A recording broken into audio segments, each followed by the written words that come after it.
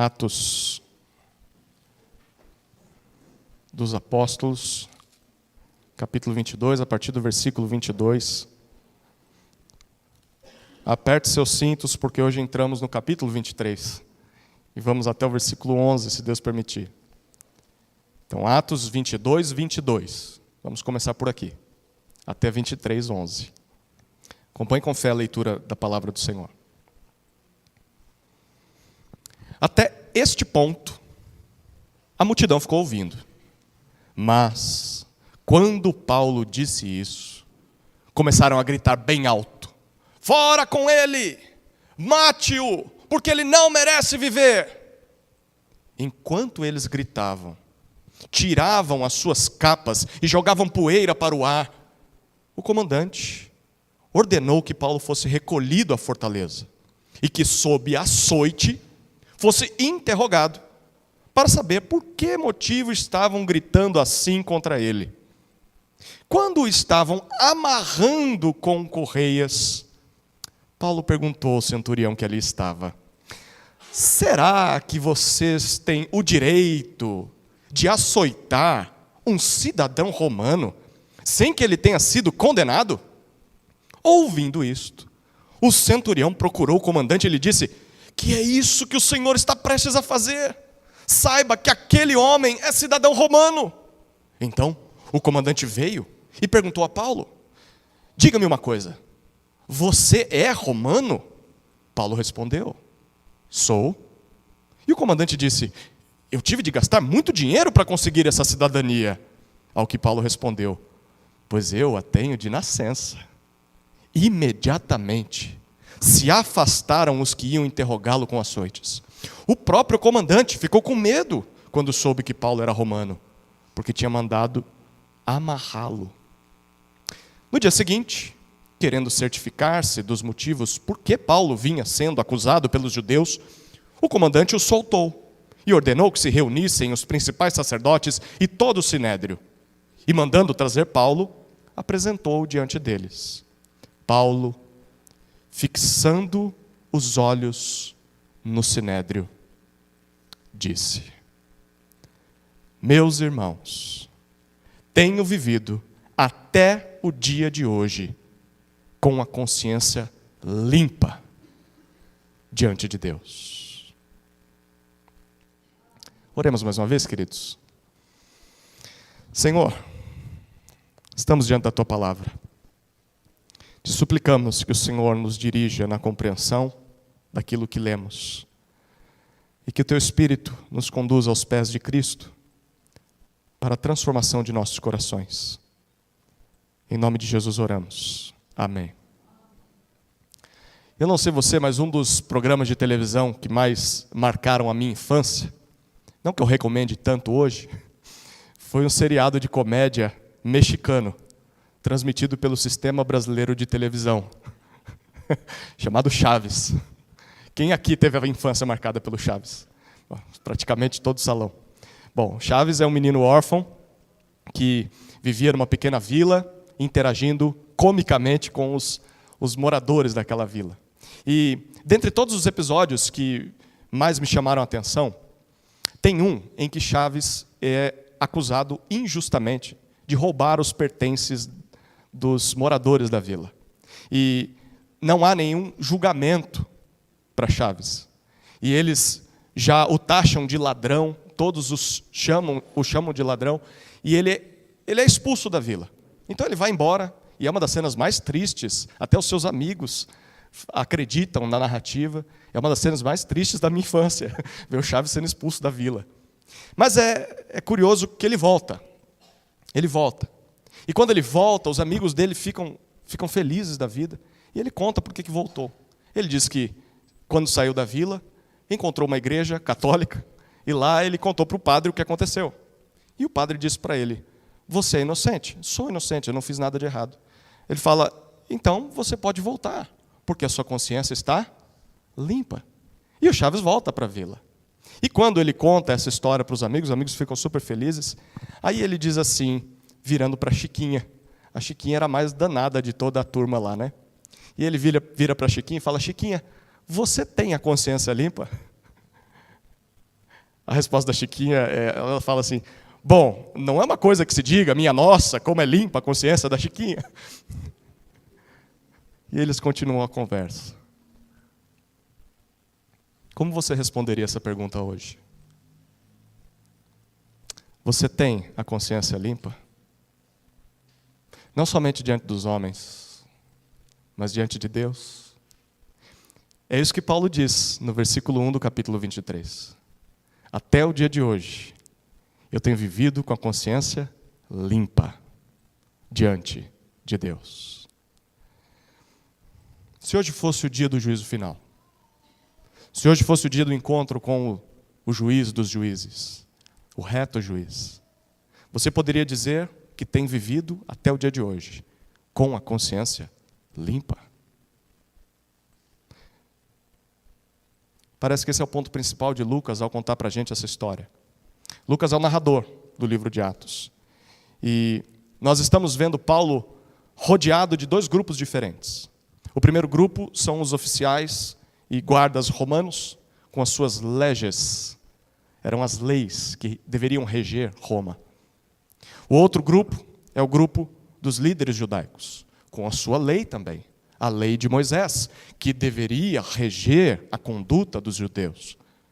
Mas nessa história, como nós lemos, nenhum dos dois grupos trata Paulo de acordo com suas leis. Eles tratam Paulo de maneira injusta. Nem os romanos, nem os judeus executam a lei que deveriam executar. E dentre esses dois grupos está Paulo, o único inocente na história. E mesmo diante de tanta injustiça, o texto mostra para nós que Paulo mantém a sua consciência limpa diante de Deus, por mais que aqueles homens não reconhecessem isso. Então, o que nós estamos vendo nesse texto é que sim, é possível ter a consciência limpa diante de Deus, como Paulo. Mesmo que você viva em um mundo injusto, mesmo que você viva cercado de maldade, cercado de impiedade, de injustiça, mesmo que você viva num mundo em que as pessoas ignoram as leis, talvez no seu trabalho, na sua casa, mesmo que você viva em um mundo em que as pessoas ignoram as leis divinas, se rebelam contra o Senhor, não querem saber de Deus, mesmo que as pessoas ignorem o seu bom procedimento até. Você dá bom testemunho, mas eles ignoram e te tratam com injustiça. É possível manter a consciência limpa. A pergunta é como?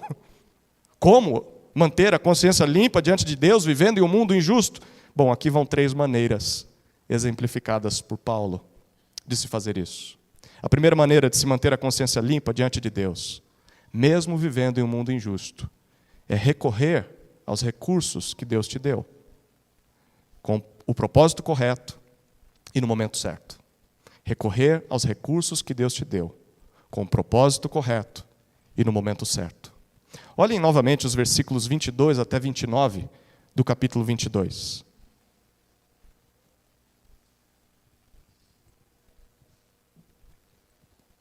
Até este ponto, a multidão ficou ouvindo. Mas quando Paulo disse isso, começaram a gritar bem alto: fora com ele! Mate-o, porque ele não merece viver. Enquanto eles gritavam, tiravam as suas capas e jogavam poeira para o ar, o comandante ordenou que Paulo fosse recolhido à fortaleza e que, sob açoite, fosse interrogado para saber por que motivo estavam gritando assim contra ele. Quando o estavam amarrando com correias, Paulo perguntou ao centurião que ali estava: será que vocês têm o direito de açoitar um cidadão romano sem que ele tenha sido condenado? Ouvindo isso, o centurião procurou o comandante e lhe disse: que é isso que o senhor está prestes a fazer? Saiba que aquele homem é cidadão romano. Então o comandante veio e perguntou a Paulo: diga-me uma coisa, você é romano? Paulo respondeu: sou. E o comandante disse: eu tive de gastar muito dinheiro para conseguir essa cidadania. Ao que Paulo respondeu: pois eu a tenho de nascença. Imediatamente se afastaram os que iam interrogá-lo com açoites. O próprio comandante ficou com medo quando soube que Paulo era romano, porque tinha mandado amarrá-lo. Nós estamos diante de uma tentativa de defesa do apóstolo Paulo. Ele fora acusado injustamente, nós vimos isso. Aqueles judeus que vieram da Ásia inflamaram a multidão, dizendo que Paulo falava contra a lei, falava contra o povo de Israel, falava contra o templo e que inclusive profanou o templo, inserindo gentios onde eles não deveriam entrar, o que Paulo não fez. Mas a multidão acreditou nessa narrativa. Não houve julgamento, as pessoas se inflamaram, arrastaram Paulo para fora do templo, começaram a espancá-lo com a intenção de matá-lo, o que só foi impedido por causa do comandante da guarda romana e os seus soldados. Eles vêm, prendem Paulo e eles não sabem o motivo da confusão. Então, o comandante leva Paulo até o alto da escadaria para colocá-lo na fortaleza e ali Paulo pede a palavra. Ele quer falar com o seu povo. E o comandante permite. A gente viu semana passada que isso foi uma sucessão de milagres, né? E Paulo fala, o povo escuta. Ele conta o seu passado como um judeu zeloso. Ele conta como foi o seu encontro com o Senhor Jesus e como isso o transformou. Ele fala sobre o seu chamado ao ministério apostólico e sobre o envio que Jesus lhe fez aos gentios. E é aqui que começa o nosso texto. Isso foi a gota d'água para aquela multidão. O versículo 22 diz que quando eles ouviram sobre os gentios, que eles também poderiam ser salvos por Deus, todos voltam a gritar e a desejar a morte de Paulo. Inclusive, o versículo 23 diz que eles fazem isso com gestos de raiva, que era gritaria e jogar poeira para o ar. Que cena diferente, né? E eles começam a tirar as suas capas. Isso aqui era uma preparação para apedrejamento, para que a capa não atrapalhasse. Eles estão prestes a matar Paulo, mesmo que ele esteja preso no alto dessa escadaria. Isso é muito interessante, queridos. Paulo foi muito claro com a sua audiência, nós vimos isso. Paulo foi muito respeitoso ao tratá-los como irmãos, mas ainda assim foi odiado. Ainda assim foi rejeitado, exatamente por causa da mensagem. O evangelho, que também salva não só judeus, mas salva gentios. E é sempre bom lembrar disso. Por mais que nós sejamos claros em nosso evangelismo, respeitosos com as pessoas, essa é a nossa obrigação. Se você não faz isso, está errado. Fazer é a nossa obrigação. Mas por mais que a gente faça essas coisas, ainda assim as pessoas podem rejeitar o evangelho, por causa da dureza de coração. Não é por ignorância, mas é por discordância.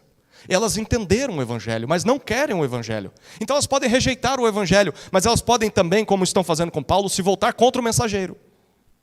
Fizeram isso com os profetas, fizeram isso com os apóstolos, fizeram isso com o Salvador Jesus. Pode acontecer comigo e com você também. Estejamos preparados, queridos. Ao evangelizar, conversões podem acontecer, mas em segundo lugar também podem haver rejeições, oposições. Aconteceu com Paulo. Bom, por causa disso, o versículo 24 diz para nós que o comandante não entendeu nada do discurso de Paulo, e essa é uma parte cômica da história, porque Paulo falou em língua hebraica, lembra disso? Esse homem provavelmente não entendia essas coisas. Então ele está ouvindo Paulo falar em outra língua, ele não está entendendo nada, ele não sabe o que está acontecendo. Então ele ordena que, enfim, Paulo seja recolhido à fortaleza, e aí ele dá uma tarefa para os seus guardas. Interroguem Paulo. Só que façam isso sob açoite.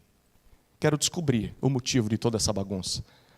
Esse era um procedimento padrão, apesar de ser terrível, padrão de Roma. Eles pegavam o seu prisioneiro, ele era despido, completamente nu, ele ficava. Ele era colocado de costas, inclinado para o carrasco, que vinha com um chicote, feito com tiras de couro. Na ponta desse chicote, chamado flagellum, você tinha pedaços de ossos, pedras e metais, e era bem comum que isso quebrasse ossos do prisioneiro, e havia prisioneiros que sequer conseguiam andar novamente depois desses açoites. Era bem comum isso acontecer. Bom, Paulo, o versículo 25, diz para nós que isso aconteceria conosco, com Paulo, se ele não tivesse uma carta na manga. E ele usa bem agora, bem a tempo. Eu tenho uma carta. E a carta o texto diz que no versículo 25 ele está sendo amarrado já. Então Paulo provavelmente já está nu diante dos soldados. E ele sabe o que vai acontecer. E ele espera exatamente nesse momento, quando provavelmente o guarda vai dar a primeira chicotada. Ele faz a pergunta para aquele que é responsável pela tortura: será que vocês têm o direito de açoitar um cidadão romano, mesmo que ele ainda não tenha sido condenado, julgado por meio de um processo judicial adequado? Vocês podem fazer isso? Bom, é claro que a pergunta de Paulo é retórica, né? É irônica. A resposta é não, eles não têm esse direito. Mas ainda assim, eles estavam prestes a fazer algo contrário à lei romana. O motivo? Eles não sabiam que Paulo era cidadão romano. Nós já sabemos. Lá no capítulo 16, algo semelhante aconteceu com Paulo, mas lá ele foi torturado. Lembra, em Filipos? E depois ele usa isso para que as autoridades venham se desculpar. Nós já sabemos que ele é romano, mas aqueles guardas, aquele centurião e aquele comandante não sabiam. Eles não podiam ter perguntado. Eles deveriam ter feito o trabalho deles. Era a primeira coisa que um soldado romano deveria fazer. Quem é você? Você é romano ou não é? Paulo sabe falar grego. A gente já viu isso, era só perguntar. Mas eles não fizeram o trabalho deles. Naquela época, alguns comentaristas dizem que era bem possível que um cidadão romano andava com uma tabuinha com inscrição dos dois lados que comprovava que ele era cidadão romano. É tipo o RG nosso, né? Hoje em dia é tudo digital, mas eles andavam. E é bem possível que Paulo andasse com isso nas suas vestes, porque como é que você ia provar que era cidadão romano naquela época? Você tinha que ter alguma coisa que confirmava isso. Bom, o centurião, quando ouve isso, o versículo 26 diz que ele fica assustado. Ele vai direto ao comandante e dá a notícia para o comandante, fala: você tem certeza do que você vai fazer? Porque o homem que está lá dentro é cidadão romano. Você não fez o seu trabalho direito. E o comandante vem correndo, versículo 27, até Paulo e pergunta: ei, você é mesmo cidadão romano? E Paulo responde com uma palavrinha só: sim, sou. Ou sou, ou sim, depende da sua tradução. Com toda certeza, eu sou cidadão romano. É provavelmente nesse momento que ele pede para pegarem na minha roupa: ó, já que eu estou nu aqui, pega ali na minha roupa, naquele bolso lá vocês vão encontrar uma tabuinha dizendo que eu sou cidadão romano. E aí o versículo 28, o comandante abismado confessa algo para Paulo. Ele diz: eu me tornei cidadão romano só depois de pagar muito dinheiro por isso. Naquela época você tinha 3 possibilidades de conquistar uma cidadania romana. Primeiro, porque você é filho de romanos, então por nascença você adquiria esse direito. É tipo um green card, né? Pensa assim, só que com outras vantagens e também desvantagens, né? Então você nascia filho de romano, você é um romano. Segunda condição era por presente. Então assim, você servia Roma, você não é romano, mas servia Roma em alguma batalha, em alguma questão que eles precisavam, e aí o imperador te dava a concessão de se tornar um cidadão romano.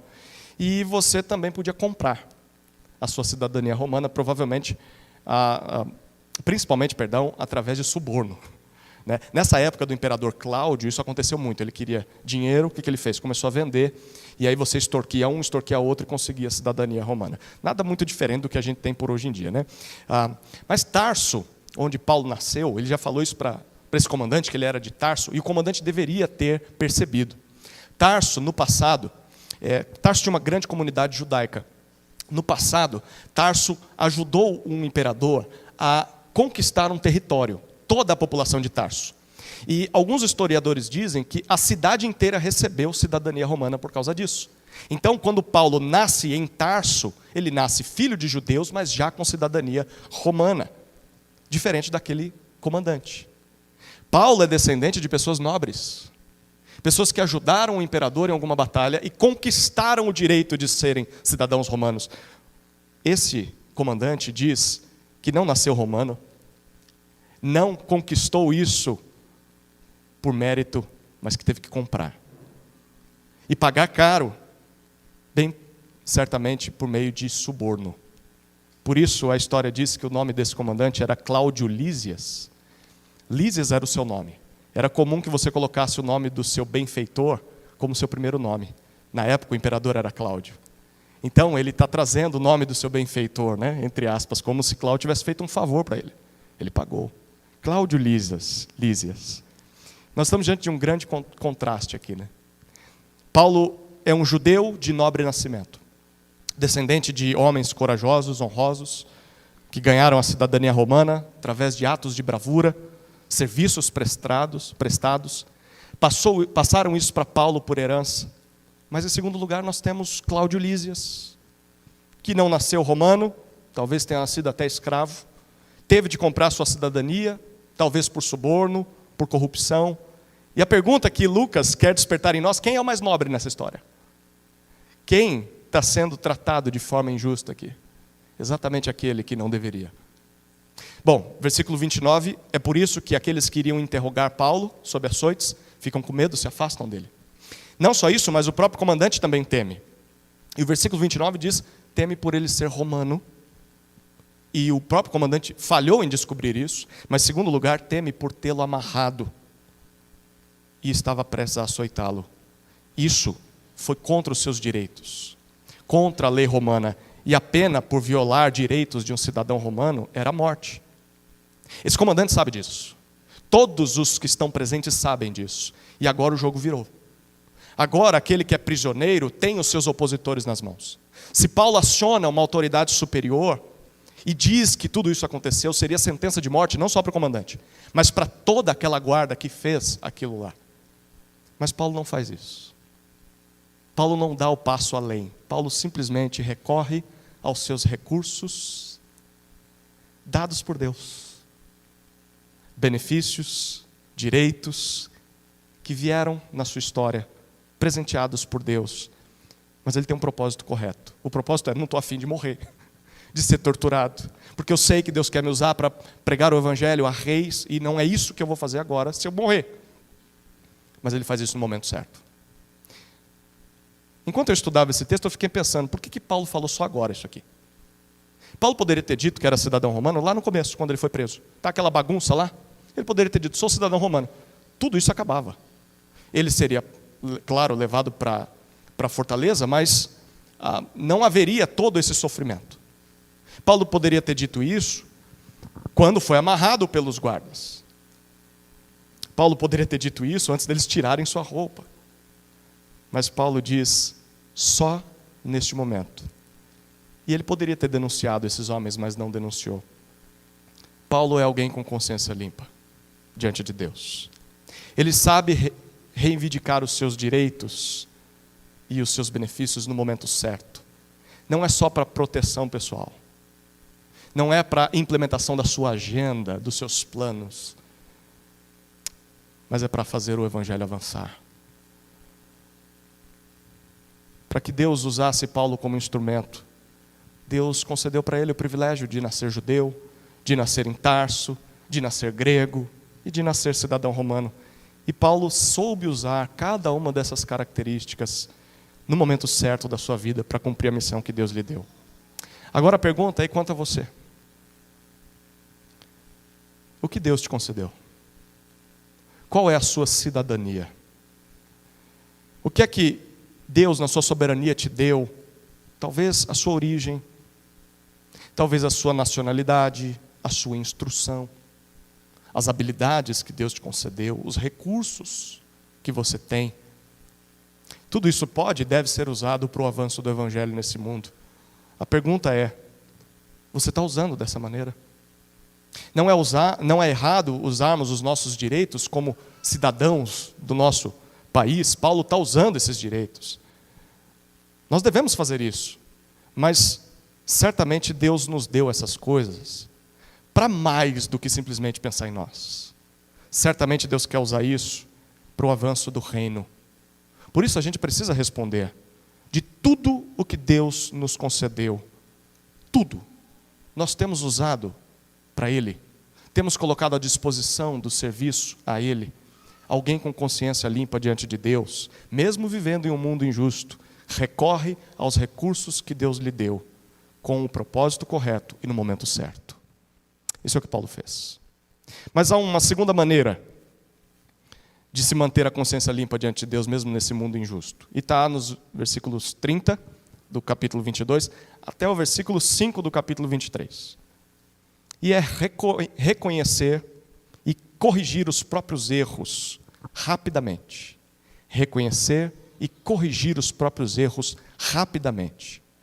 Olha a leitura novamente, versículo 30 do capítulo 22, até o versículo 5 do 23. No dia seguinte, querendo certificar-se dos motivos por que Paulo vinha sendo acusado pelos judeus, o comandante o soltou e ordenou que se reunissem os principais sacerdotes e todo o sinédrio. E mandando trazer Paulo, apresentou-o diante deles. Paulo, fixando os olhos no sinédrio, disse: meus irmãos, tenho vivido até o dia de hoje com a consciência limpa diante de Deus. Mas Ananias, o sumo sacerdote, mandou aos que estavam perto de Paulo que lhe batessem na boca. Então, Paulo lhe disse: Deus há de ferir você, parede branqueada. Você está aí sentado para me julgar de acordo com a lei, e contra a lei ordena que eu seja agredido? Os que estavam ali perguntaram a Paulo: você está insultando o sumo sacerdote de Deus? Paulo respondeu: eu não sabia, irmãos, que ele é sumo sacerdote. Porque está escrito: não fale mal de uma autoridade do seu povo. Bom, mesmo depois de tudo que aconteceu, o versículo 30 do capítulo 22 diz para nós que Cláudio Lísias ainda não descobriu porque Paulo vinha sendo acusado pelos judeus. Então ele tem a brilhante ideia, olha que gênio que é esse homem, a brilhante ideia de reunir os caras que algumas horas estavam espancando Paulo, dispostos a apedrejá-lo, reunir a liderança dessa turma, colocar eles numa mesma sala para tentar descobrir a verdade, né? Esse comandante aqui é fantástico, né? Fenomenal. Que dor de cabeça que ele dá para Roma. Bom, ele coloca Paulo diante deles, quem sabe agora nos descubra qual crime Paulo cometeu, e essa turma se reúne. O texto diz no versículo 30 que esses líderes compõem o sinédrio. O sinédrio era a reunião dos principais líderes dos judeus. Você tinha ali todo tipo de líder, mais ou menos uns 70 líderes. Você tinha gente piedosa e zelosa pela lei, não eram muitos, mas tinha os seus lá. Mas também tinha, e era a maioria, muitos corruptos, judeus que eram favoráveis a Roma. E sempre davam um jeitinho, assim, pense um pouquinho parecido com Brasília. Mais ou menos assim, né? Só que em nome de Deus. Tem uns lá também que falam em nome de Deus, né? Bom, esse sinédrio foi responsável na narrativa que Lucas tem contado para nós, desde o evangelho dele até o livro de Atos. Esse sinédrio foi responsável por condenar Jesus à morte. Em Lucas 22 diz isso para nós. Jesus não tinha uma acusação formal, não foi um julgamento legal, foi na calada da noite, foi imoral. Foi esse sinédrio que condenou Jesus à morte. Foi esse sinédrio que, em Atos, já lá no capítulo 4, prendeu e ameaçou os apóstolos Pedro e João só por causa de um milagre feito em nome de Jesus. Foi esse sinédrio, no capítulo 5 de Atos, que prendeu e torturou os apóstolos por inveja de estarem perdendo a sua audiência para aqueles homens. Foi esse sinédrio, no capítulo 8, que matou Estevão e deu início à perseguição dos discípulos de Cristo em Jerusalém. Lembra que nessa época, Paulo, ainda chamado de Saulo, fazia parte do sinédrio. Ele estava lá, apedrejando, ou melhor, segurando as capas da turma para que Estevão fosse assassinado. Então assim, se esse comandante quer descobrir a verdade, o que vocês acham que vai acontecer colocando Paulo diante do sinédrio? A verdade é a última coisa que vai ser dita por eles. E Paulo sabe muito bem disso. Paulo sabe que não dá para esperar muita coisa do sinédrio, mas ele sabe também que não dá para desperdiçar uma oportunidade de testemunhar do evangelho para aquela liderança. Até hoje ele não teve a oportunidade de pregar o evangelho àqueles que foram seus companheiros há muitos anos atrás. Então, o versículo 1 diz que Paulo fixa o olhar em cada um deles. Eu quero que você imagine essa cena. O peso da palavra que Lucas usa aqui é de fixar o olhar de tal forma a ponto de constranger as pessoas. Alguém já te olhou dessa forma? A ponto de você ficar constrangido só pelo olhar da pessoa. Paulo, fixando o olhar no sinédrio, interrompe o silêncio e diz: meus irmãos. Mais uma vez, Paulo está tratando aquelas pessoas de forma respeitosa. Ontem, elas estavam chutando a sua cabeça. Ontem estavam tentando matá-lo. Se tem alguém que tem todos os motivos do mundo para odiar esses homens aqui, é Paulo. Mas ainda assim Paulo se dirige a eles de forma respeitosa. Paulo não guarda rancor, não guarda mágoa da maldade que eles acabaram de fazer há algumas poucas horas. Paulo não quer vingança. Paulo não amaldiçoa os seus inimigos, mas trata com bondade. Não é isso que Jesus nos ensinou a fazer? Em Lucas 6, ele disse: amem os seus inimigos.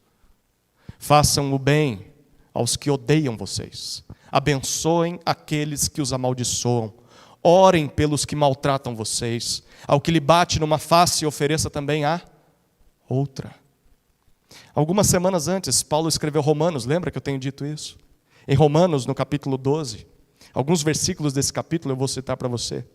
Paulo diz para os romanos: abençoem aqueles que perseguem vocês. Abençoem e não amaldiçoem. Não paguem a ninguém mal por mal. Procurem fazer o bem diante de todos. Se possível, no que depender de vocês, vivam em paz com todas as pessoas. Meus amados, não façam justiça com as próprias mãos, mas deem lugar à ira de Deus. Pois está escrito: a mim pertence a vingança. Eu é que retribuirei, diz o Senhor. Façam o contrário. Se o inimigo tiver fome, dê-lhe de comer. Se tiver sede, dê-lhe de beber. Porque fazendo isto, você amontoará brasas vivas sobre a cabeça dele. Não se deixe vencer pelo mal, mas vença o mal com o bem. Por mais difícil que seja, essa é a forma com que Jesus espera que tratemos as pessoas que nos ferem, que nos causam injustiças. Nós não somos chamados a fazer justiça com as próprias mãos. Deus não nos chamou como paladinos da vingança. Nós somos chamados a amar, a abençoar quem nos trata mal, porque chegará o dia em que o justo juiz se manifestará e ele fará a devida justiça. Paulo entendeu isso. Por isso ele continua e diz: meus irmãos, até o dia de hoje tenho vivido com a consciência limpa diante de Deus. A minha sensibilidade moral não me acusa. Quando Paulo afirma isso, é mais ou menos o seguinte que ele está querendo dizer para aqueles homens: por mais que vocês estejam me acusando de diversos crimes, aos quais eu não cometi qualquer deles, diante de Deus, não de vocês, porque vocês já me condenaram, eu tenho a plena certeza, a plena convicção de que eu tenho me comportado, conduzido a minha vida de maneira correta, irrepreensível, independentemente do que vocês digam. Quando Paulo se converteu a Jesus como o Messias prometido por Deus a Israel, quando Paulo anunciou o Evangelho não só aos judeus, mas também aos gentios, ele em momento nenhum se colocou contra a vontade revelada de Deus na Escritura. Inclusive, toda aquela situação que ele estava passando era exatamente porque ele está sendo fiel ao que Deus mandou que ele fizesse. Sabe o que isso significa para nós, queridos? Significa que crer em Jesus e anunciar o Evangelho a todas as nações, primeiro, é a vontade de Deus para todos nós. Não é invenção de Paulo, não é blasfêmia, não é heresia. Essa é a vontade de Deus. Mas isso significa, em segundo lugar, que crer em Jesus e anunciar o Evangelho a esse mundo é o único caminho para que a nossa consciência esteja limpa diante de Deus. Não tem outro caminho. Sabe por quê? Já já a gente fala sobre isso. Mas volta para o texto, olha o versículo 2. No versículo 2, o sumo sacerdote, ao ouvir a frase de Paulo, Ananias é o nome dele, ele discorda de tudo que ouviu. E ele manda que alguém que esteja perto de Paulo esmurre a sua boca. Ananias foi sumo sacerdote em Jerusalém por volta dos anos 47 até 58 depois de Cristo. E ele foi nomeado por Herodes, foi assim que ele chegou lá. Não é por linhagem, não é porque ele era da linhagem de Levi, coisa nenhuma. Foi nomeação política. E o historiador Flávio Joséfo, foi um historiador judeu, ele contou a história dos judeus. Ele contou para a gente um pouquinho mais sobre a fama de Ananias. Eu vou abrir aspas aqui para citar Joséfo. Ananias profanou o cargo de sumo sacerdote por sua ganância fraude, violência e maldade.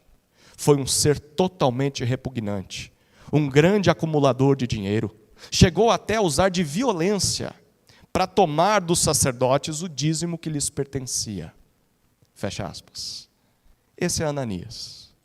Ananias é um líder que deveria ser o pastor da nação de Israel, o sumo sacerdote, mas é um líder corrupto. Ele é amigo de Roma, amigo do dinheiro, amigo do poder, que sequer escuta a defesa de Paulo, já manda bater na boca de Paulo sem que haja um processo legal de interrogatório.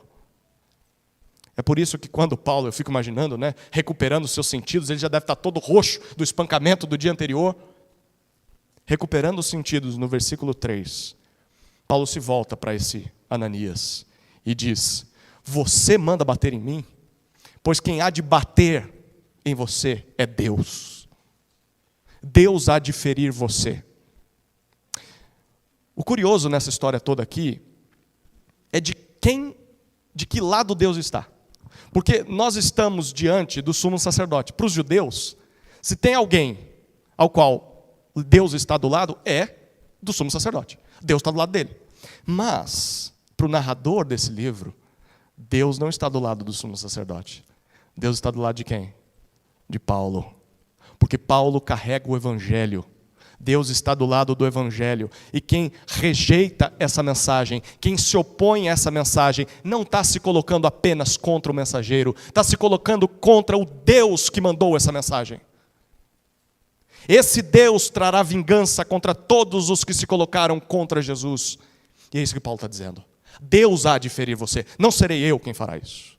Deus. E de fato, alguns anos depois, essa vingança começou a acontecer com a morte de Ananias. Tem o juízo final. Mas começou a acontecer. No ano 66 depois de Cristo, Ananias foi assassinado pelos próprios judeus. Nem eles aguentavam. Os zelotes, que eram fariseus extremistas, quase como terroristas, eles, numa revolta contra Roma, atacaram Ananias, mataram Ananias, porque ele era aliado dos romanos, e essa revolta desencadeou a queda de Jerusalém no ano 70 depois de Cristo. Ananias foi o primeiro a cair. Bom, então as palavras de Paulo foram como que uma profecia, Deus feriu Ananias. Sim, Deus feriu Ananias. Mas Deus também promete ferir a todos aqueles que se colocam contra a sua palavra. Todos aqueles que rejeitam o evangelho. Isso acontecerá no dia do juízo final. A pergunta é que, se esse não é um bom lugar para se estar nesse dia, de que lado você está? Você está do lado daqueles que vão ser feridos por Deus ou daqueles que foram perdoados por Deus? Versículo 3, ele diz que Paulo continua, e ele chama Ananias de um palavrão polido, Parede branqueada. É um belo xingamento que você pode dar para as pessoas aí, de maneira piedosa, literalmente aqui é uma parede pintada de cal, tá? É isso que Paulo chama ele. Assim, acho que você não se ofenderia com um negócio desse, Mas assim, se você fosse um judeu, se ofenderia sim. Porque essa era uma expressão antiga, que lá no profeta Ezequiel foi usada por Deus, quando Deus estava se referindo a falsos profetas. Quando você vai para os evangelhos, em Mateus capítulo 24, o próprio Jesus usa essa expressão, para se referir aos fariseus, os hipócritas. O que eles faziam? Eles pintavam a casa com cal, ou pintavam o túmulo com cal. A casa estava caindo aos pedaços. O túmulo estava abrigando alguém que morreu, um corpo em decomposição. Mas eles pintavam para deixar tudo mais bonito, mais atraente, visto só de fora, para disfarçar a impureza, disfarçar a sujeira, disfarçar a ruína que estava tudo aquilo. E Paulo está chamando aquele homem de hipócrita. Por dentro, Ananias, você está cheio de maldade, cheio de pecado, mas por fora está aparentando uma vida santa, uma vida justa, só uma camada de cal. Mas isso não esconde quem você é. De nada adianta. Os homens podem te reverenciar, os homens podem te tratar como o pastor de Israel, mas diante de Deus, a sua consciência está culpada. Parede branqueada, com cal. hipócrita. Com quem que você se parece nessa história? Você se parece com Paulo, que mesmo sob injustiça, consegue manter a consciência limpa diante de Deus? Ou você se parece com Ananias e todos os hipócritas como ele na história? Pessoas que tentam esconder a sua imundície interna atrás de uma camada de cal, uma película de falsa piedade que não engana Deus. Pode enganar os homens, mas não passa sobre o olhar atento de Deus. Queridos, somente o arrependimento de nossos pecados, somente a fé em Jesus podem nos livrar da nossa hipocrisia. Não tem outro caminho.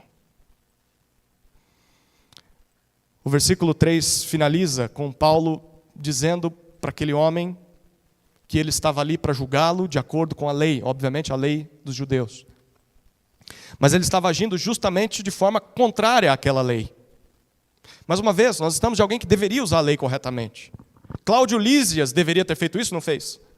O sumo sacerdote deveria estar fazendo isso, não faz. Quem é o inocente na história? Paulo e o evangelho que ele carrega. Mas Paulo é humano como eu e você, e ele não consegue acertar sempre. Porque o versículo 4 nos diz que, ao ouvi-lo, alguns dos presentes ali perguntam: você está louco? Você está insultando o sumo sacerdote de Deus. A resposta de Paulo nos surpreende, né? Talvez você esperava uma segunda ofensa piedosa, um segundo palavrão lícito. Mas não. O versículo 5 diz: eu não sabia. Eu não sabia, irmãos. Mais uma vez, eu respeito. Que ele é o sumo sacerdote. Porque diferente dele, eu sei o que está escrito na lei de Moisés.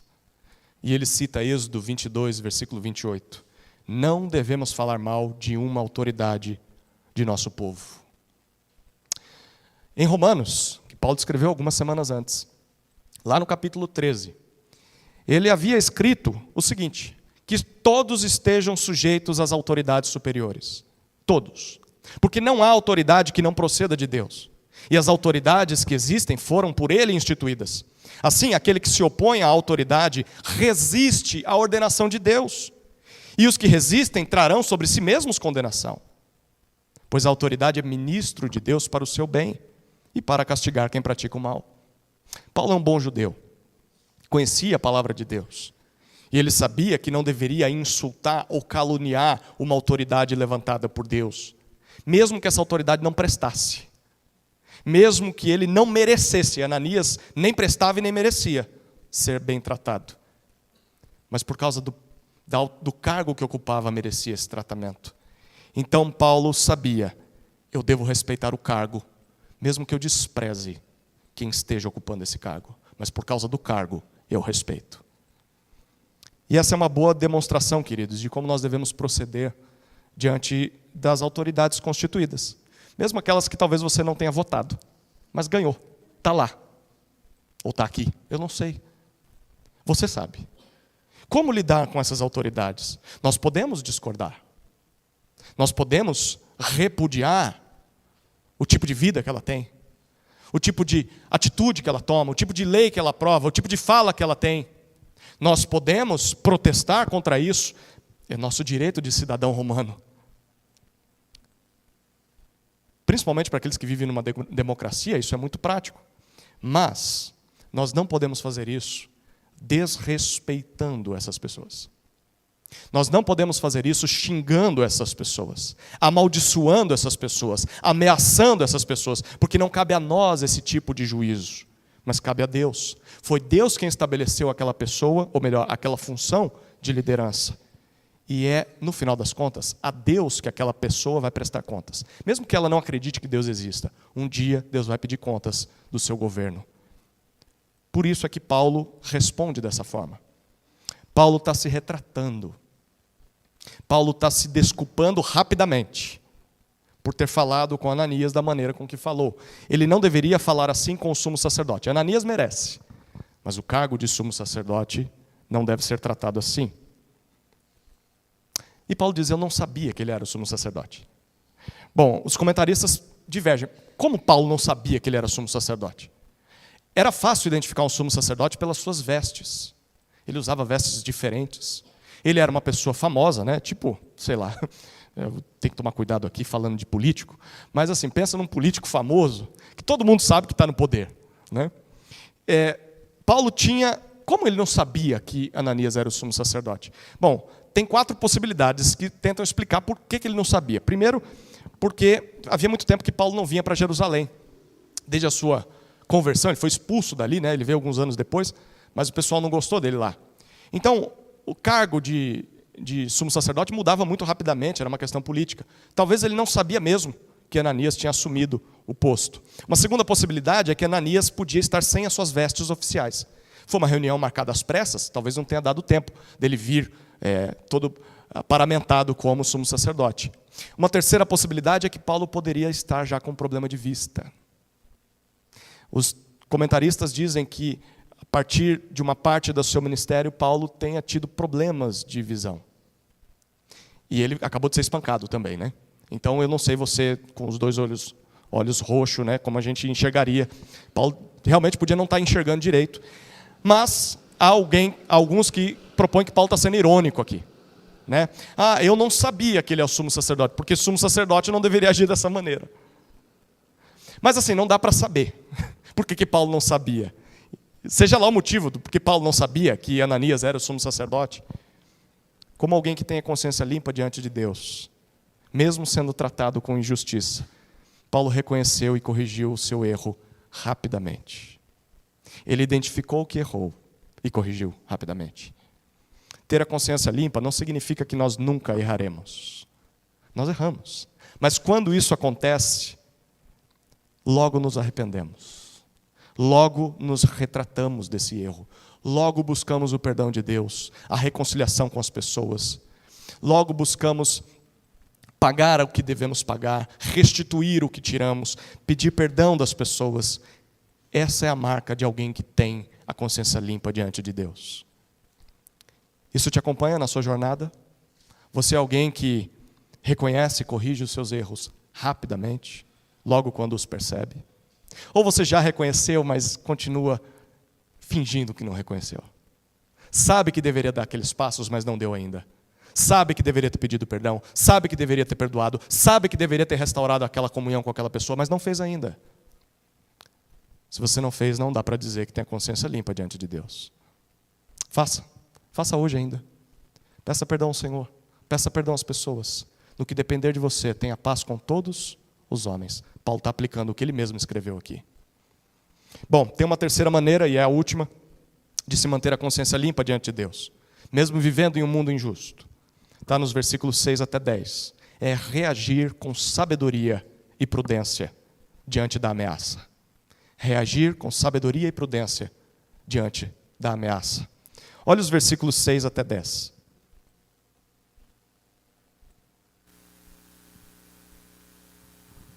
Como Paulo sabia que uma parte do sinédrio se compunha de saduceus e outra de fariseus, exclamou: Irmãos, eu sou fariseu, filho de fariseus.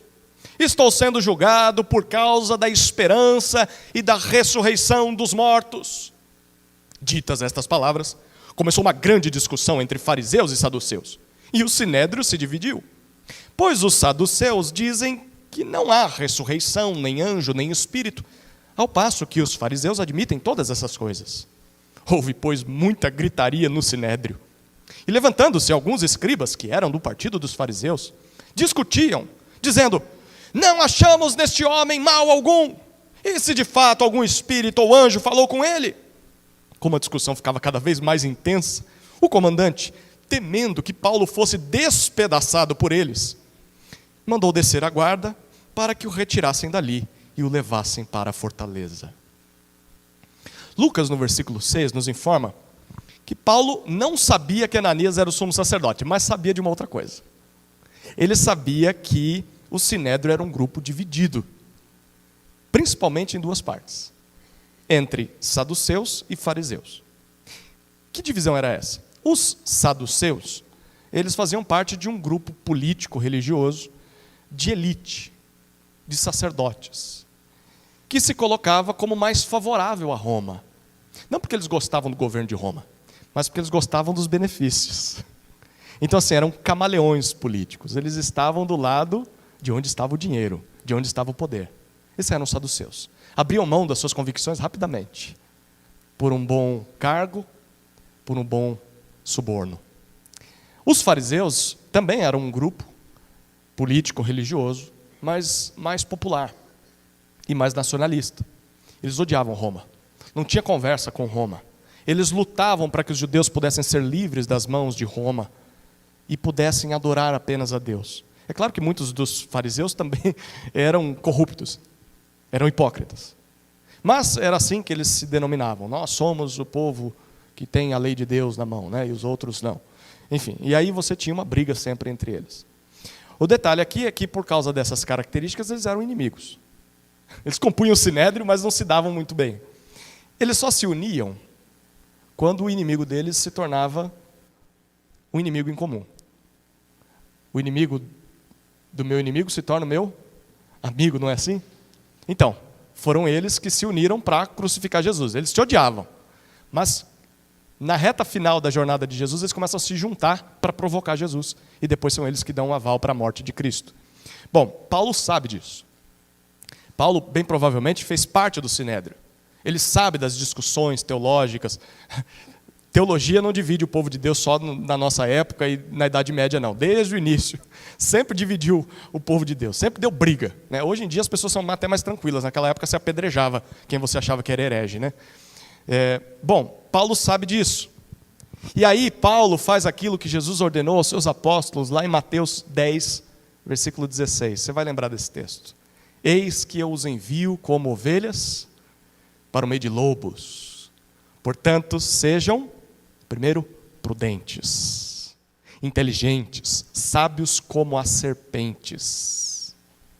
E segundo, sejam simples como as pombas. Sejam puros, sem maldade, sem malícia, mas sejam sábios. Então Paulo está vendo que chegou a hora de ser como uma serpente. Prudente como a serpente. E ele exclama no versículo 6. Eu estou sendo julgado por causa da esperança e da ressurreição dos mortos. Paulo mentiu? Não, ele está falando a verdade. O Evangelho diz respeito àquele que morreu e ressuscitou, para que também nós pudéssemos ter essa esperança de ressuscitar. Mas Paulo não disse isso com todas as letras. Ele disse de uma forma maquiada que ele sabia que daria o início de uma grande confusão. O versículo 7 diz isso para nós. Houve uma enorme discussão entre saduceus e fariseus a ponto de dividir o sinédrio. E o motivo está no versículo 8, Lucas nos explica. Os saduceus não acreditavam em ressurreição, muito menos em anjos ou espíritos. Era assim que os fariseus acreditavam que as pessoas ficavam ou se tornavam anjo ou espírito até o dia da ressurreição. Então, se você morresse, você ia ficar onde? Eles diziam que você virava um anjo, um espírito, esperando o dia da ressurreição. Os saduceus não acreditavam nem em ressurreição, muito menos nisso aqui. Os fariseus acreditavam. Lucas está dizendo para nós isso. Por isso, Paulo conseguiu dividir o sinédrio.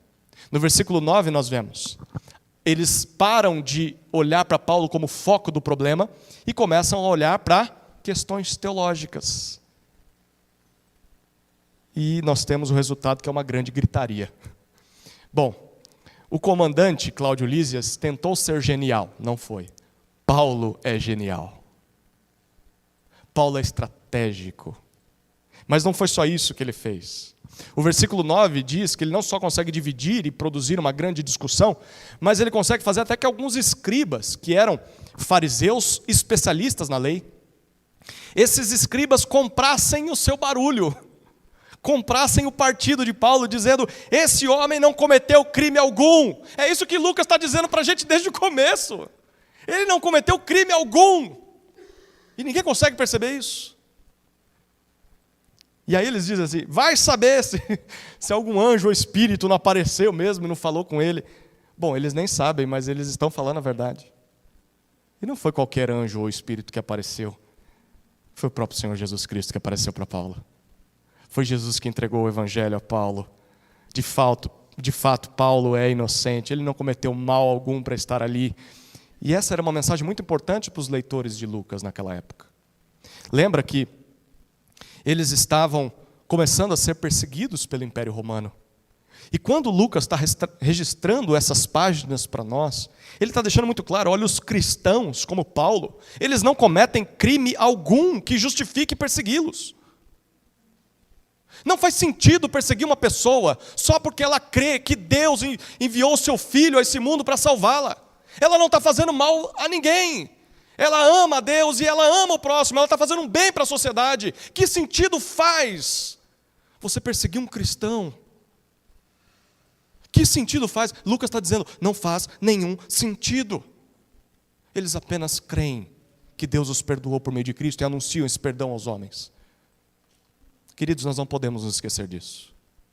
Nós não vivemos numa mesma época que os leitores de Atos, mas nós vivemos numa época em que o mundo diz que o cristão deve ser silenciado, que ele não pode falar, que ele não pode crer, que ele tem que manter a sua fé em segredo, em privado, em particular. Ele não pode evangelizar pessoas. Nós vivemos em uma época em que influenciadores digitais, filósofos, ideologias seculares, regimes autoritários, dizem que o islamismo pode fazer o que faz, mas o cristão não pode simplesmente existir. Igrejas devem ser derrubadas, cristãos devem ser perseguidos. E isso acontece em bandos na Europa, acontece muito na Ásia, no Oriente Médio. Não acontece tanto aqui, mas começa com a narrativa que está aqui. E nós não podemos engolir isso. O livro de Atos está sendo registrado para munir os cristãos de todas as épocas, a dizerem para esse mundo, nós não fizemos nada de errado. Nós somos inocentes. Nós simplesmente acreditamos no Deus que nos criou e nos redimiu por meio de Jesus e pode redimir você também. Nós vamos amá-los até o fim, mesmo que vocês nos façam mal. O livro que Lucas está escrevendo serve para que a gente lute com amor, mas munidos de nossos direitos, para que as pessoas entendam isso. Para que as pessoas aceitem isso. Elas precisam ouvir isso de nossa boca. Bom, a discussão fica tão intensa, versículo 10 diz que o comandante já não sabe mais o que fazer, né? E você percebe que ele é só uma marionete, né? Ele só vai reagindo. E aí ele tem de intervir, porque ele está com medo de Paulo ser despedaçado, literalmente partido ao meio, porque a direita vai puxar e a esquerda também, né? Vai ficar 2 pedaços de Paulo aí só. Então ele diz o seguinte, vamos levar ele para Fortaleza, para que ele não seja morto. Bom, Paulo conseguiu se livrar de uma situação bem difícil, não? Eu não sei o que eu faria nesse momento aqui se eu estivesse no lugar dele. Você pode imaginar o que você faria, né? Paulo está diante de um julgamento infundado, está sendo conduzido por um oficial romano corrupto e ineficiente, claramente ineficiente. Paulo está sendo acusado por um sinédrio ímpio, ganancioso, e ele consegue escapar dessa situação sem abrir mão da sua consciência limpa diante de Deus. Paulo não precisou pagar suborno para os guardas. Paulo não precisou entrar no esquema do mundo. Talvez você esteja pensando, como é que eu me livro dessa situação no meu trabalho? Como é que eu me livro dessa situação na classe?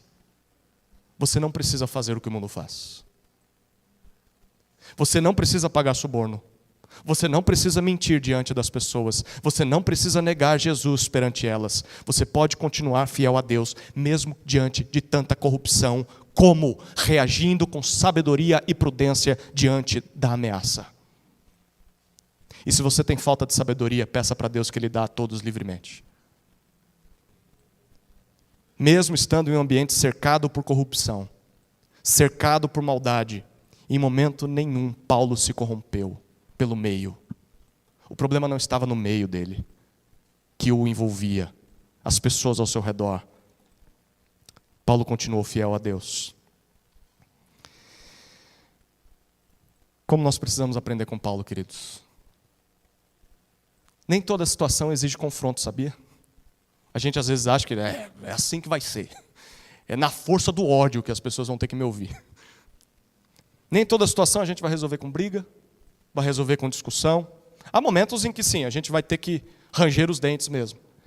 Mas olha, na maioria das vezes, a forma mais sábia de escapar da violência, da briga, da corrupção, da enganação, da injustiça, do perigo, da hostilidade das pessoas, é simplesmente agir com prudência. Sem precisar mentir, sem precisar se comprometer. Queridos, que Deus nos ajude a reagirmos com sabedoria. Que Deus nos ajude, diante das ameaças, das injustiças desse mundo, a agir com prudência, com astúcia, como serpentes, com cautela, sem abrirmos mão da nossa consciência limpa diante de Deus, sem deixarmos de ser como pombas, puros, moralmente limpos, mesmo no covil de lobos. Vamos terminar com o versículo 11, é a nossa conclusão, versículo 11. O texto diz assim: na noite seguinte, o Senhor, pondo-se ao lado de Paulo, disse: coragem, pois assim como você deu testemunho a meu respeito em Jerusalém, é necessário que você testemunhe também em Roma. Queridos, como é que Paulo foi capaz de suportar tanta dificuldade sem abrir mão da sua consciência limpa diante de Deus? Como é que a gente pode fazer isso? Observe para esse homem. Ele teve a sua honra atacada. Ele foi acusado e tratado injustamente. Ele até mesmo foi espancado sem merecer, mas suportou tudo isso com muita sabedoria, muita pureza. Mas como nós vimos, ele não é de ferro. Ele errou ao insultar o sumo sacerdote, mas consertou isso imediatamente. Mas Paulo também está machucado. Paulo está cansado. E pelo que nós lemos no versículo 11, ele também está com medo. É por isso que você diz para alguém coragem. Por quê? Porque a pessoa não está com coragem. Paulo está com medo. Como é que esse homem foi capaz de manter a sua consciência limpa diante de Deus, diante de tanta dificuldade? E como é que a gente pode fazer o mesmo? Bom, a noite cai, Paulo está sozinho numa cela. E duas coisas lhe acontecem. A primeira, o Senhor Jesus se coloca ao lado dele. Jesus se coloca ali, dentro de uma cela, em uma prisão romana, ao lado de Paulo. Queridos, essa é uma clara demonstração de que mesmo em meio a tanta luta, tanta dor, tanto sofrimento, tanta injustiça, Paulo não estava sozinho. Jesus estava ao lado de Paulo o tempo todo. E de fato é isso que Jesus faz com todo aquele que nele crê. O mundo, Satanás podem te acusar injustamente, as pessoas podem ter te ferido imerecidamente. Autoridades ou poderosos podem te tratar com injustiça. Você pode até ter de enfrentar tudo isso, talvez na ausência de amigos. Não tem ninguém do teu lado, não tem um amigo do teu lado. Mesmo em tudo isso, mesmo que tudo isso te aconteça, tenha uma certeza que é inabalável. E o versículo 11 mostra para nós: Jesus nunca te deixará. Ele se coloca do seu lado, mesmo na cela, mesmo na cova, como estava com Daniel, mesmo no fundo de um poço, como estava com José. Deus se coloca ao lado daqueles que são seus. Em Isaías 49, Deus diz: ainda que uma mãe viesse a se esquecer do seu próprio filho recém-nascido, eu, o Senhor, nunca me esquecerei de você. Queridos, graças a Deus, que por causa do sacrifício de Cristo, essas palavras também podem ser aplicadas a nós hoje. Mesmo em todo o seu sofrimento, Jesus nunca saiu do seu lado. Jesus estava do seu lado, te encorajando, fortalecendo. Olhe para essa santa presença. Olhe para essa presença encorajadora. Mesmo que o mundo tenha te virado as costas, Jesus se coloca ao seu lado. Mas tem uma segunda coisa extraordinária que acontece com Paulo na prisão, nessa cela, naquela noite. O Senhor Jesus não só se coloca ao seu lado, mas o versículo 11 diz que o Senhor fala com ele. E o Senhor diz: coragem, Paulo. Não tenha medo. Porque assim como você testemunhou a meu respeito aqui em Jerusalém, acabou. Aqui chega. Missão cumprida? Não. Você falou diante dos judeus, falou diante das autoridades aqui em Jerusalém, mas do mesmo jeito que você fez, é necessário que você faça o mesmo em Roma. Você queria ir para Roma, é para Roma que você vai. E lá você vai testemunhar do evangelho àquelas autoridades. Bom, fique tranquilo, você vai pregar o evangelho em Roma como você queria, mas vai ser do meu jeito. Mesmo que por meio de muito sofrimento, você vai chegar lá, Paulo. Queridos, não é isso exatamente que Jesus promete a todo aquele que nele crê? Sim, nós seremos testemunhas de Jesus até os confins da terra. Sim, eu vou usar você para espalhar o evangelho nesse mundo, para expandir o reino de Deus nessa terra. Mas isso não significa que você não vá sofrer durante a jornada. Jesus nunca prometeu para nós vida mansa, vida tranquila. A gente às vezes acredita que ele prometeu e aí fica surpreendido quando a dificuldade aparece. Não, ele não promete vida mansa. Talvez você vai enfrentar falsas acusações, injustiças, maus tratos, violência, maldade. Mas mesmo que tudo isso te aconteça, saiba de uma coisa. Um dia todos nós estaremos com Jesus, ao lado direito do Pai, por toda a eternidade. Porque foi por meio do sacrifício de Jesus, o sumo sacerdote perfeito. Não como Ananias. Aquele que comprou para cada um de nós uma consciência limpa diante de Deus. Romanos e judeus se colocaram contra ele, o crucificaram naquela cruz, mas mal sabiam eles que esse era o meio pelo qual Deus estaria limpando a nossa consciência. Ali ele sofreu a condenação, o castigo que todos os nossos pecados mereciam. E ele comprou para nós o perdão de Deus, o livre acesso ao Pai. Por meio de Jesus podemos ter a consciência limpa diante de Deus. E esse era o combustível que inflamava o coração de Paulo. A pergunta é, você tem uma consciência limpa diante de Deus? Independentemente de como você entrou aqui hoje, você quer sair por essa porta com a consciência limpa diante de Deus? Saiba que é só pelo evangelho que a consciência pode ser limpa. Se você já creu em Jesus, se você já reconheceu o evangelho como o único meio capaz de purificar a sua consciência, então se apegue a essa verdade. Hoje mesmo. Talvez você veio aqui em uma semana difícil que passou, momentos de queda, momentos de culpa, momentos de acusação, de sofrimento, de luta. E talvez você esteja pensando, Senhor, a minha consciência está suja. Apegue-se ao evangelho. Que o evangelho te lembre de que Deus não atribui mais culpa sobre você. Não há mais condenação aos que estão em Cristo Jesus. Arrependa-se dos seus pecados.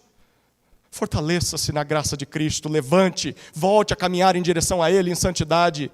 Porque diante de Deus a sua consciência está limpa por causa do sangue de Cristo. Talvez você diga, não, eu acho que não. Eu acho que eu nunca criei em Jesus dessa forma. Bom, se você nunca creu em Jesus dessa forma, saiba que não existe outro caminho para que a sua consciência seja purificada diante de Deus. Não tem. Nenhum sacrifício humano, nenhuma religiosidade, nenhuma boa obra que você faça, nenhuma tentativa de passar cal na sua cara, na sua vida, vai te purificar. Eu me lembro como se fosse hoje, o dia em que eu pegava um sabonete e no chuveiro eu me limpava e dizia, Senhor, purifica-me do meu pecado. Me limpa do meu pecado, Senhor. E eu não conseguia por meio dos meus atos. Só quando eu me dobrei aos pés de Cristo e reconheci que Ele morreu para perdoar os meus pecados. E Ele purifica todo aquele que faz isso e nele crê. Hoje Deus está te dando essa oportunidade. Renda-se a Ele. Ele vai te lavar. Ele vai te purificar. Ele vai te apresentar diante de Deus puro, com a consciência limpa, para que você viva ao lado dEle por toda a eternidade. Vamos orar, queridos.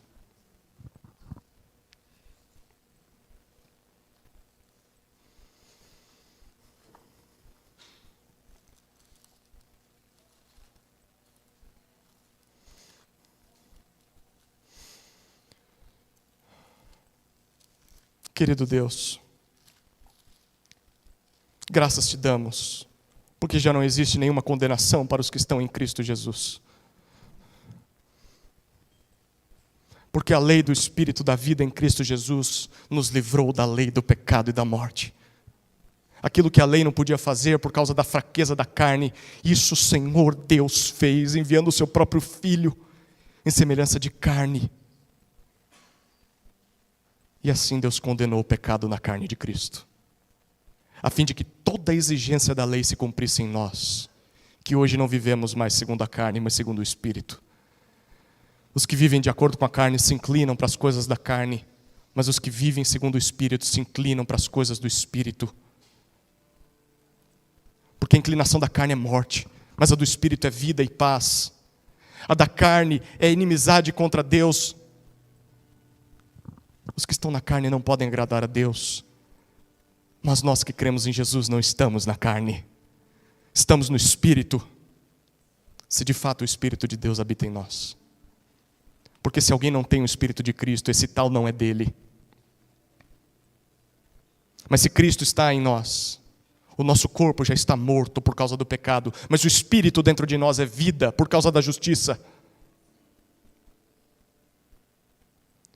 E se em nós habita o Espírito daquele que ressuscitou Jesus dentre os mortos, esse mesmo que ressuscitou Cristo dentre os mortos, nos vivificará. Dará vida a esse corpo mortal que temos por meio do seu Espírito que habita em nós. Senhor, que essas palavras sejam a nossa memória durante essa semana. A nossa lembrança constante de que em Jesus recebemos a purificação de nossos pecados. E oramos, Senhor, por aqueles que aqui presentes ainda não encontraram essa pureza. Que hoje seja o dia da lavagem de suas almas. Que o sangue de Jesus derrame-se sobre eles, seja derramado, e que por meio disso todo o cal seja removido, toda a sujeira seja exposta, não mais com medo ou culpa, mas para ser perdoada. Oramos assim em nome de Jesus. Amém.